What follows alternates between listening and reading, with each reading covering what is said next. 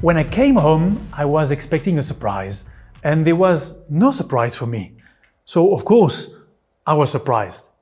As Ludwig Wittgenstein pointed out, the future is inherently uncertain and unpredictable, even when you think you're prepared for it.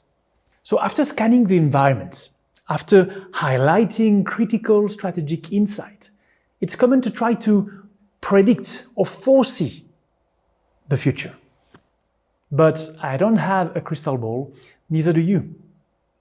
That's why it's important to remember that your objective is not to seek for certainty, but perhaps to seek for some more degree of clarity about the future.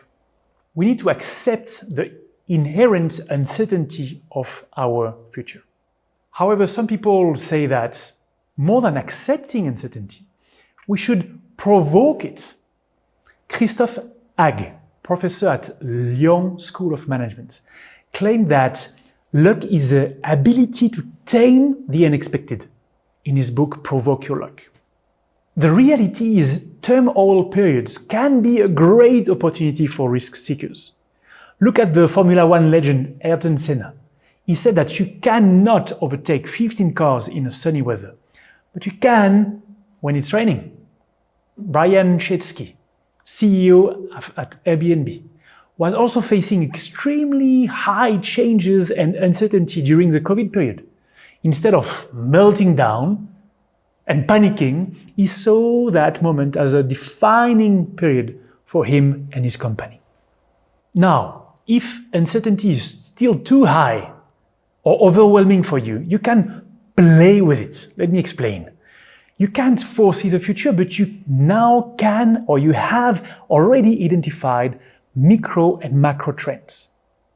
You cannot guess the market moves, but you can build reasonable scenario based on assumptions and hypotheses. Indeed, you can build options that might or not happen in the future. We call that scenario planning, and I will share with you in the comments below some more information about it. And I would like to share maybe another tool that is quite fun, by the way. You can't predict the competitors' moves or other stakeholders' moves, but you can play a type of business war games and brainstorm the possible ways to respond to these trends and assumptions.